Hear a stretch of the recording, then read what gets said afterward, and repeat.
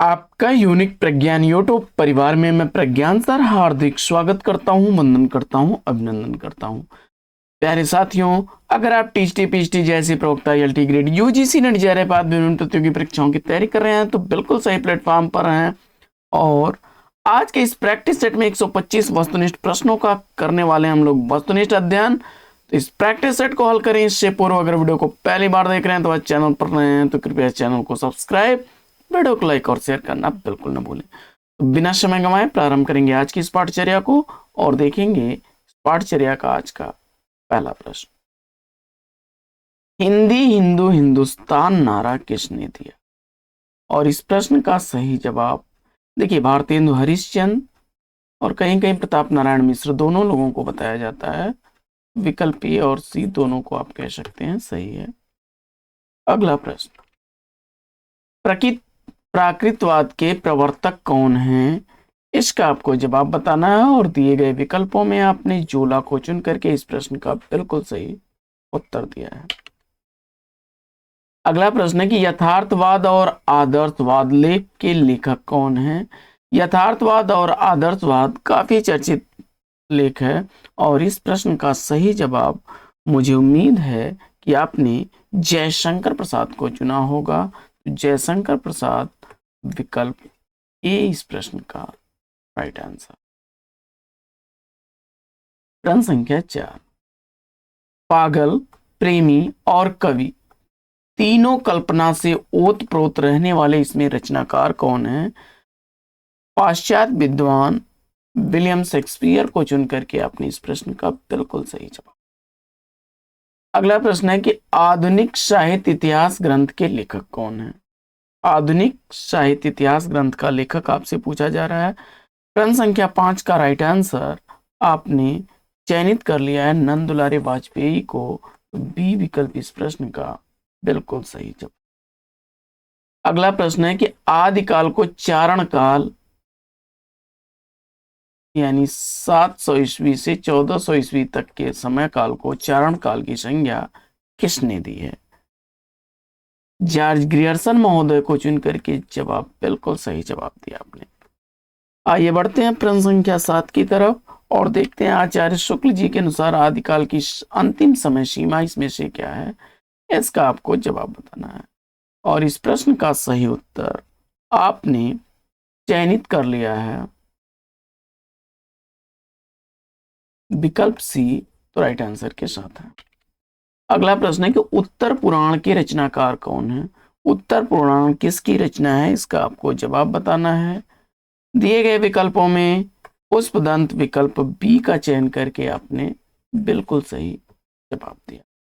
प्रश्न संख्या 9 का आतरुअर पंच बिंडाल या पंक्तियां किस रचनाकार की हैं? प्रश्न संख्या 9 का सही जवाब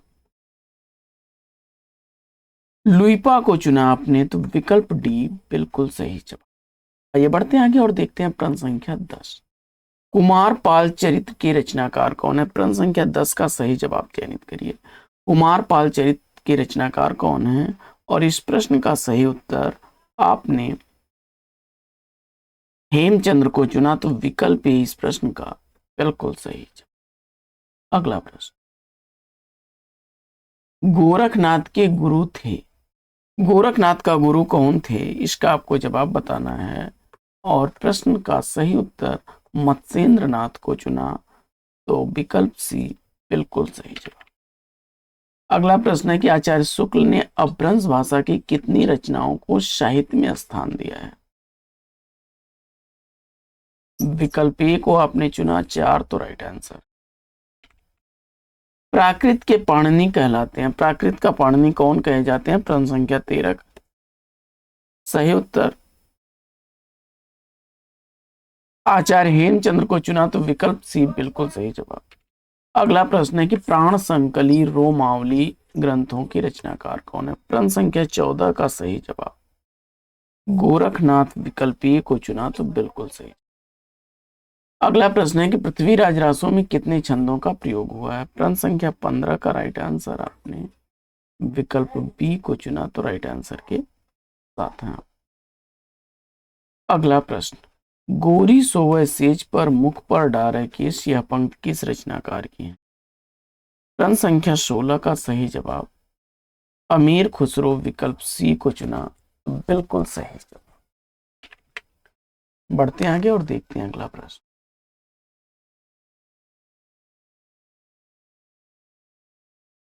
अगला प्रश्न है कि पंच सखा संप्रदाय कहां प्रचलित था? पंच सखा संप्रदाय कहां पर प्रचलित था? प्रश्न संख्या 17 का सही जवाब उड़ीसा, विकल्प सी को चुना तो राइट आंसर के साथ हैं आप। अगला प्रश्न है कि उदासी संप्रदाय कहां प्रचलित था? प्रश्न संख्या 18 का सही जवाब श्रीचंद, विकल्प डी को चुना तो राइट आंसर के साथ हैं आप। अगला प्रश्न है कि पद्मावत का पूर्वार्ध भाग था। पद्मावत का पूर्वार्ध भाग कल्पित था, विकल्प 20 प्रश्न का सही। अगला प्रश्न है कि स्वसुखी संप्रदाय में किस भाव की उपासना की जाती है? स्वसुखी संप्रदाय में किस भाव की उपासना की जाती है? और इस प्रश्न का जवाब विकल्प ए चुना आपने तो राइट आंसर। अगला प्रश्न है कि बरसें मघा झकोरी झकोरी मुर दो नयन चुए जनु ओरी, यह पंक्तियां किस रचनाकार की हैं? बरसें मघा झकोरी झकोरी मुर दो नयन चुए जनु ओरी, यह मलिक मोहम्मद जैशी की पंक्तियां हैं, विकल्प सी इसका राइट आंसर है। अगला प्रश्न है कि हिंदी में भक्ति साहित्य की परंपरा किससे मानी जाती है? नामदेव उत्तर चुन करके आपने राइट आंसर दिया है। अगला प्रश्न है कि सवंगी किस कवि की रचना है? प्रश्न संख्या 23 का सही जवाब रज्जब, विकल्प सी को चुना तो राइट आंसर के साथ। अगला प्रश्न है कि मलुक दास के गुरु का नाम क्या था? और इस प्रश्न का सही जवाब आपने पुरुषोत्तम दास, विकल्प ए को चुना तो राइट आंसर। अगला प्रश्न है कि आखिरी कलाम की रचना कब हुई? प्रश्न संख्या 25 का सही जवाब आखिरी कलाम का रचनाकाल 1528 चुना तो बिल्कुल सही। अगला प्रश्न है कि कौन सा ग्रंथ वक्ता श्रोता पौराणिक शैली में है? और इस प्रश्न का सही जवाब सत्यवती कथा, विकल्प डी को चुना तो राइट आंसर। वल्लभाचार्य ने भक्तों के कितने वेद माने हैं? इसका आपको जवाब बताना है और विकल्प सी चयनित करके इस प्रश्न का राइट आंसर। अगला प्रश्न है कि श्री राम के पादुका के अवतार कौन माने जाते हैं? श्री राम के पादुका के अवतार माने जाते हैं षटकोपाचार्य, विकल्प बी राइट आंसर। अगला प्रश्न है कि तुलसी चरित किसकी रचना है? तुलसी चरित का रचनाकार रघुवर दास को चुन करके बिल्कुल सही उत्तर दिया आपने। अगला प्रश्न है कि वल्लभाचार्य के शिष्य कौन नहीं है? प्रश्न संख्या 30 का सही जवाब नंददास को चुना आपने तो राइट आंसर। अगला प्रश्न है कि शत प्रश्नोत्तरी के रचनाकार कौन है? प्रश्न संख्या 31 का सही जवाब विकल्प सी मनोहर को चुना तो राइट आंसर है। अगला प्रश्न है कि कृष्ण के बाल लीला विषयक सर्वाधिक पद किस कवि ने लिखे हैं? जवाब में आपने परमानंद दास को चुना तो विकल्प बी बिल्कुल सही।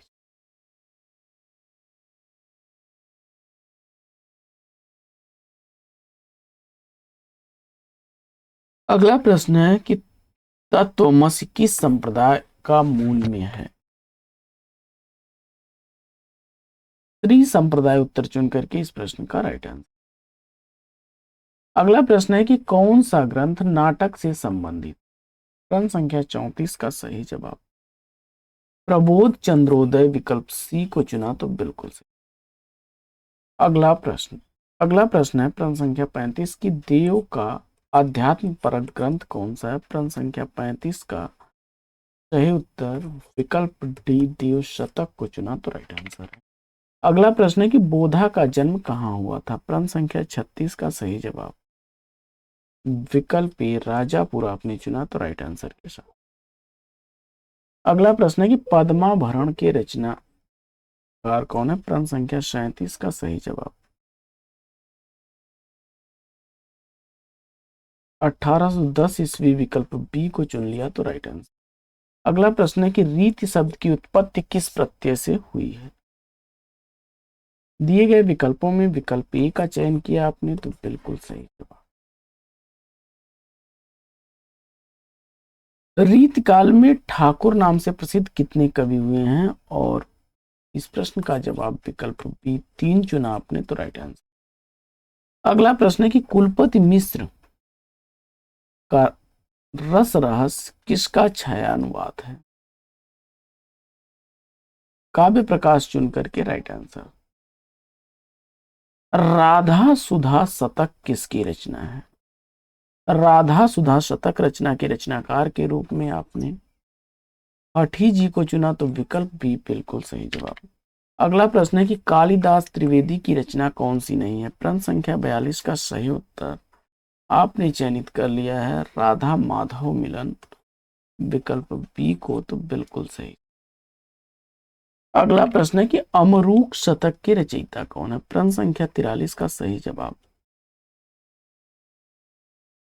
विकल्प बी को चुना अमरूक को तो राइट आंसर। विरह लीला किसकी रचना है। विरह लीला का रचनाकार कौन है। प्रश्न संख्या 44 का सही उत्तर आपने घनानंद, विकल्प ए को चुना तो राइट आंसर। अगला प्रश्न है कि नैन पचीसी के रचनाकार कौन है, और इस प्रश्न का राइट आंसर मंडन को चुना तो राइट आंसर के साथ है। अगला प्रश्न है कि शिवा को बखानों की बखानों छत्रसाल को, यह पंक्तियां किसके द्वारा कही गई हैं।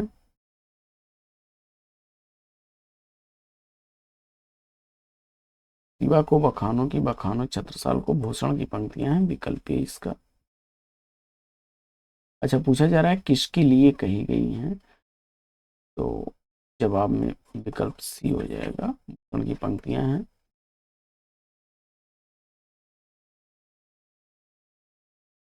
अगला प्रश्न, काल क्रमानुसार रीत काल का प्रवर्तक किसे माना जाता है। जवाब में आपने कृपाराम को चुना तो विकल्प डी इसका राइट आंसर। अगला प्रश्न है कि बासर की संपत्ति उलूक ज्योन चितवत, यह पंक्तियां किस रचनाकार की हैं। प्रश्न संख्या 48 का राइट आंसर आपने केशव को चुना तो डी विकल्प बिल्कुल। अगला प्रश्न,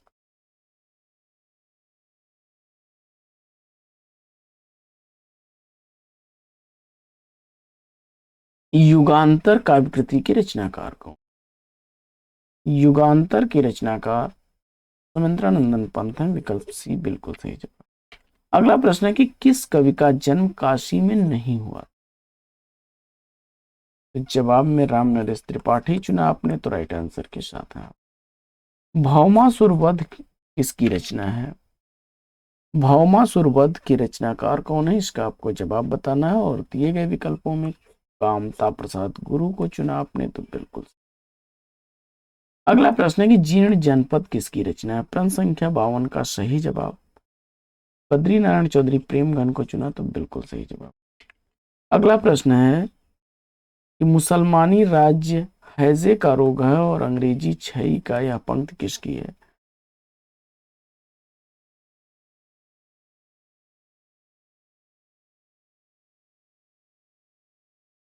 जवाब में आपने भारतेंदु हरिश्चंद्र को चुना तो विकल्प डी बिल्कुल सही जवाब। अगला प्रश्न है कि हिंदी का शरद कहा जाता है। प्रश्न संख्या 54 का सही जवाब आपने जैनेन्द्र को चुना तो विकल्प बी बिल्कुल सही जवाब। अगला प्रश्न है कि झिंगुर डटकर बोला शीर्षक कविता के रचनाकार कौन। प्रश्न संख्या 55 का सही जवाब सूर्यकांत त्रिपाठी निराला, विकल्प बी को चुना तो बिल्कुल सही जवाब। अगला प्रश्न है कि कोष्ठक कितने प्रकार का होता है। जवाब में विकल्प बी चुना 3 तो राइट आंसर। पतझड़ में समास कौन सा है। जवाब में बहुब्रीहि समास चुना आपने तो बिल्कुल सही। अगला प्रश्न है कि उसने नहीं कहा था किसकी रचना है। तो उसने कहा था नहीं पूछा जा रहा है, बल्कि उसने नहीं कहा था, यह शैलेश मटियानी की रचना है, विकल्प 20 का राइट आंसर। अगला प्रश्न है कि प्रथम प्रभात किस कवि की पहली रचना है? प्रश्न संख्या 59 का सही जवाब जयशंकर प्रसाद को चुना तो राइट आंसर है विकल्प डी। निराला एक आत्महंता आस्था एक कवि कौन है? प्रश्न संख्या 60 का राइट आंसर दूधनाथ सिंह को चुना आपने तो बिल्कुल सही। अगला प्रश्न है कि हिंदी का मेघदूत किसे कहा जाता है? हिंदी का मेघदूत कहे जाते हैं, मेघदूत जयशंकर प्रसाद की रचना है, आंसू विकल्प है इसका राइट आंसर। अगला प्रश्न है किसान काव्य कृति के रचनाकार कौन?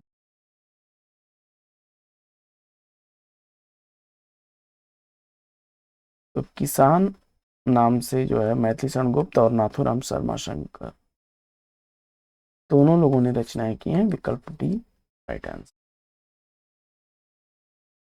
क्वास्य और अपलक काव्य कृतियों के रचनाकार कौन है? बालकृष्ण मान नवीन को चुना आपने तो सी विकल्प सही जवाब। मुकुल काव्य संग्रह के रचनाकार कौन है? तो भद्रा कुमारी चौहान उत्तर चुन करके इस प्रश्न का राइट आंसर दिया आपने। बढ़ते हैं अगले प्रश्न की तरफ और देखते हैं प्रश्न संख्या 65।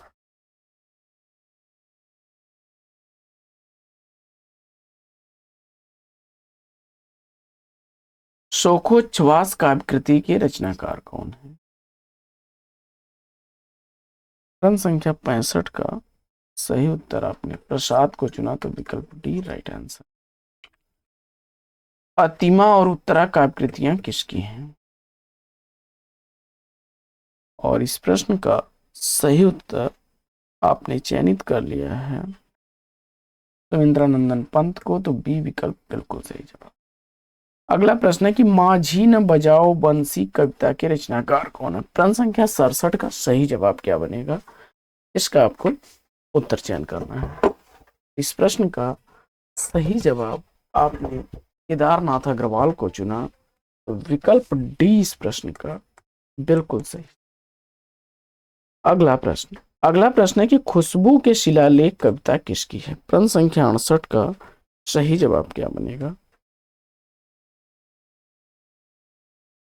और इस प्रश्न का सही उत्तर आपने चयनित कर लिया है भवानी प्रसाद मिश्र विकल्प बी को तो बिल्कुल सही। अगला प्रश्न है कि उर्वशी प्रबंध काव्य के रचनाकार कौन है? प्रश्न संख्या 69 का राइट आंसर आपने चयनित कर लिया है रामधारी सिंह दिनकर को तो डी विकल्प इस प्रश्न का बिल्कुल सही। अगला प्रश्न है कि उत्सवा काव्य संग्रह किसका है? और इस प्रश्न का सही जवाब नरेश मेहता विकल्प बी को चुना आपने तो राइट आंसर के साथ।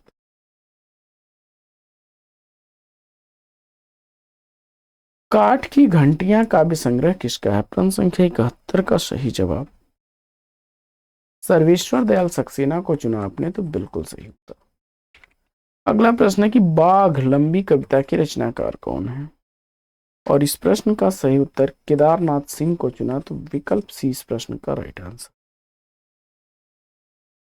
अगला प्रश्न है कि रंग खतरे में है काव्य संग्रह के रचनाकार कौन है? और इस प्रश्न का सही उत्तर आपने कुमार विकल्प को चुना तो विकल्प बी इस प्रश्न का बिल्कुल सही। अगला प्रश्न है कि कविता 93 रिक्त स्थान है किसकी कविता है? तो प्रयाग शुक्ल की रचना है, विकल्प ए इसका राइट आंसर। अगला प्रश्न है कि सोन मछली मन बसी किसकी कविता है? प्रश्न संख्या 75 का सही जवाब सोन मछली मन बसी रविंद्र भ्रमर की रचना है। सांप किसके द्वारा लिखी गई रचना है? काफी चर्चित रचना है। अज्ञेय जवाब चुन करके राइट आंसर। दीपदान एकांकी के एकांकीकार कौन है? और इस प्रश्न का सही जवाब आपने चुन लिया है रामकुमार वर्मा को तो विकल्प बी इस प्रश्न का बिल्कुल। अगला प्रश्न है कि गिलक्राइस्ट खड़ी बोली की कितनी शैलियां मानते हैं? प्रश्न संख्या 78 का सही जवाब विकल्प 2 सी को आपने चुना तो राइट आंसर है। अगला प्रश्न है कि लल्लू लाल की मौलिक रचना कौन सी है? और इस प्रश्न का सही जवाब आपने भाषा कायदा विकल्प सी को चुना तो राइट आंसर है। अगला प्रश्न है कि कालिदास द्वारा लिखा गया ऋतु संहार में कितने ऋतुओं और सर्गों का वर्णन है? प्रश्न संख्या 80 का सही जवाब विकल्प डी को चुना तो राइट आंसर। बढ़ते हैं आगे और देखते हैं अगला प्रश्न। अगला प्रश्न है कि कालिदास द्वारा रचित नाटकों की संख्या क्या है? और इस प्रश्न का सही जवाब आपने विकल्प बी का चयन कर लिया है, राइट आंसर। अगला प्रश्न है कि बृहत्त्रयी में कौन से महाकाव्य इसमें से नहीं आएगा? नैष्ठि चरितम, किरातार्जुनीयम, शिशुपाल वधम को छोड़कर के आपने रघुवंशम विकल्प सी को चुना तो राइट आंसर। मालती माधव के रचनाकार कौन है? भवभूति जवाब चुन करके आपने राइट आंसर दिया है। प्रेमा अर्थात दो सखियों का विवाह उपन्यास के उपन्यासकार कौन है? और इस प्रश्न का जवाब मुंशी प्रेमचंद्र चुन करके आपने बिल्कुल सही उत्तर दिया। अगला प्रश्न है कि कौन सा उपन्यास अपूर्ण नहीं है? इसमें इसका आपको जवाब बताना है। प्रश्न संख्या 85 में मोहन राकेश द्वारा लिखे गए अंतराल को चुन लिया आपने, विकल्प डी राइट आंसर है।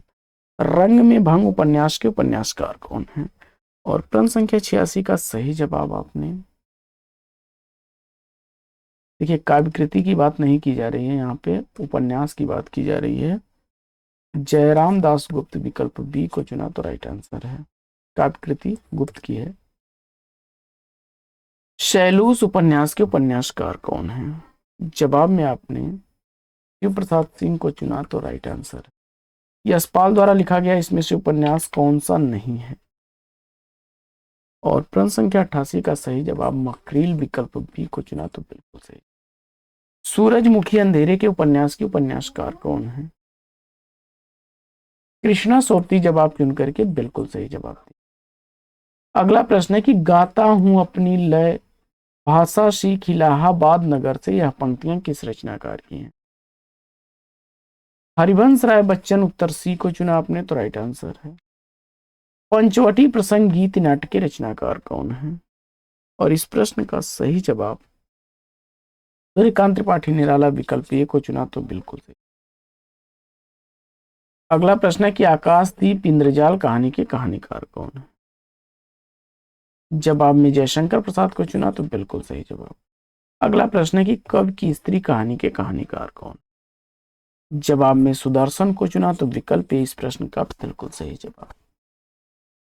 अगला प्रश्न है कि कड़ियां विपथगा कहानी के कहानीकार कौन? और इस प्रश्न का सही जवाब अज्ञेय को चुना तो बिल्कुल सही। अगला प्रश्न है कि गुल की बन्नो कहानी के कहानीकार कौन है? जवाब में धर्मवीर भारती विकल्प डी को चुना तो राइट आंसर। अगला प्रश्न है कि भरत मुनि ने कितने अलंकारों का उल्लेख किया है? प्रश्न संख्या 96 का सही जवाब विकल्प बी को चुना आपने तो राइट आंसर के साथ।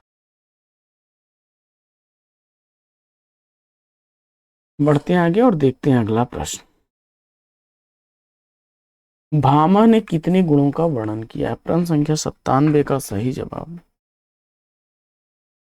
आचार्य भामा के अनुसार काव्य गुणों की संख्या 10 है, विकल्प बी बिल्कुल सही जवाब।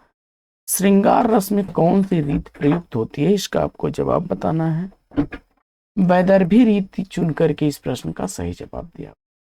अगला प्रश्न है कि हानुस नाटक जो है इसके नाटककार कौन है? हानुस नाटक का नाटककार आपको बताना है, काफी चर्चित है। भीष्म शाह ने उत्तर चुन करके आपने बिल्कुल सही जवाब दिया, विकल्प ए। अगला प्रश्न है कि जगदीश चंद्र माथुर द्वारा लिखा गया पहला राजा नामक नाटक में किसका वर्णन है? और प्रश्न संख्या 100 का सही जवाब जवाहरलाल नेहरू विकल्प सी चुना तो बिल्कुल सही। अगला प्रश्न है कि शेफाली झर रही है निबंध के निबंधकार कौन है? और इस प्रश्न का जवाब विद्यानिवास मिश्र विकल्प बी को चुना तो बिल्कुल। अगला प्रश्न है कि हेलो निबंध के निबंधकार कौन है? हेलो निबंध का निबंधकार गोपाल प्रसाद व्यास विकल्प डी को चुना तो राइट आंसर के साथ। अगला प्रश्न है कि देखा परखा आलोचना ग्रंथ के रचनाकार कौन? और इस प्रश्न का सही जवाब इला चंद्र जोशी विकल्प सी को चुना तो बिल्कुल सही। अगला प्रश्न है कि पाव भर जीरे में ब्रह्मभोज आत्मकथा किसकी है? प्रश्न संख्या 104 का सही जवाब अशोक वाजपेयी विकल्प बी को चुन लिया तो राइट आंसर के साथ है। अगला प्रश्न है कि स्टालिन जीवनी के लेखक कौन है? राहुल सांकृत्यायन विकल्प ए को चुना तो बिल्कुल सही। अगला प्रश्न है कि पड़ोस की खुशबू यात्रा वृतांत के लेखक कौन है? और इस प्रश्न का सही जवाब रामदरस मिश्र विकल्प डी को चुना तो राइट।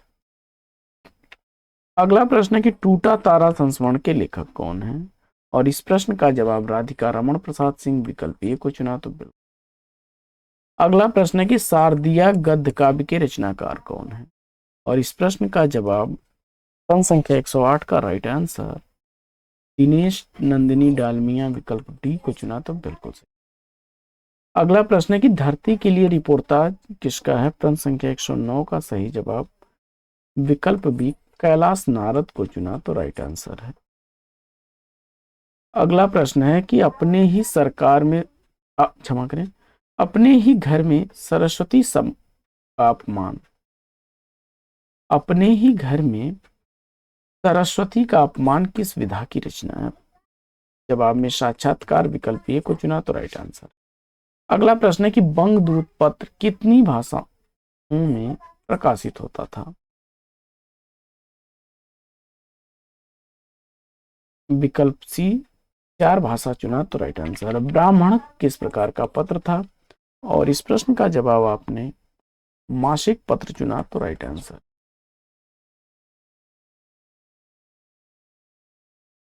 अगला प्रश्न है कि दूसरा विश्व सम्मेलन कब हुआ था? प्रश्न संख्या 113 का सही जवाब विकल्प बी को चुना आपने तो राइट आंसर।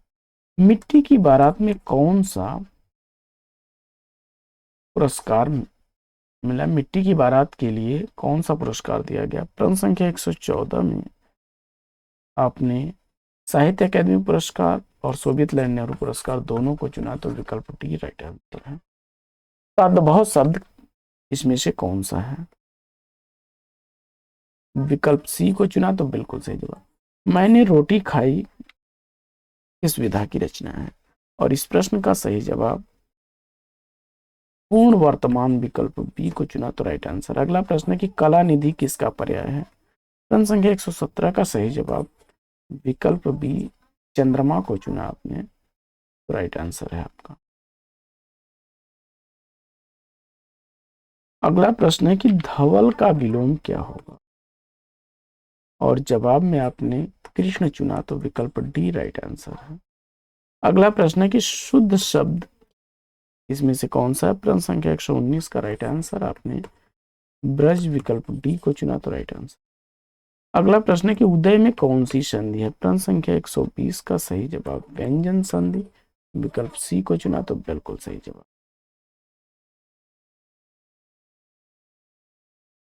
मोम का तन धुल चुका है, अब दीप सामन जल चुका है में अलंकार पूछा जा रहा है तो समता सूचक शब्द के साथ। उपमा में आपने विकल्प सी का चयन किया राइट आंसर है। मुनिवर में समास पूछा जा रहा है और जवाब में कर्मधारय विकल्प सी को चुना तो राइट आंसर। अगला प्रश्न है कि मुसाफिर कैसा शब्द है? प्रश्न संख्या 123 का सही जवाब अरबी शब्द विकल्प ए को चुना तो बिल्कुल सही। अगला प्रश्न है कि उपमा का उल्टा अलंकार कौन सा होता है? और जवाब में प्रतीप को चुना तो बिल्कुल सही जवाब। और प्रमुख भाषा परिवार कितने हैं? 18 भाषा परिवार विकल्प डी चुना आपने तो बिल्कुल सही जवाब। तो साथियों आज का यह प्रैक्टिस सेट लेगा यहीं पर विराम। वीडियो कैसा लगा कमेंट्स करके जरूर बताइए। तो आज की इस पाठचर्या में लेते हैं आपसे विदा। फिर मिलेंगे आपसे अगले वीडियो में एक नए प्रकरण, एक नए टॉपिक, एक नए अंदाज में। तब तक के लिए लेते हैं आपसे विदा। Best wishes, best of luck. जय हिंद साथियों।